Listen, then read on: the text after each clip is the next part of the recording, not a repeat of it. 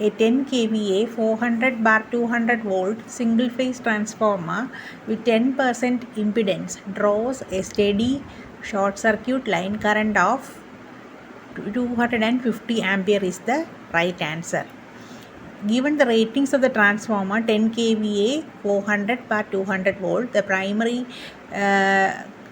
secondary current I2 will be equal to kVA by V2, which will be 10 kV 10 into 1000 by 200, which is 50 ampere.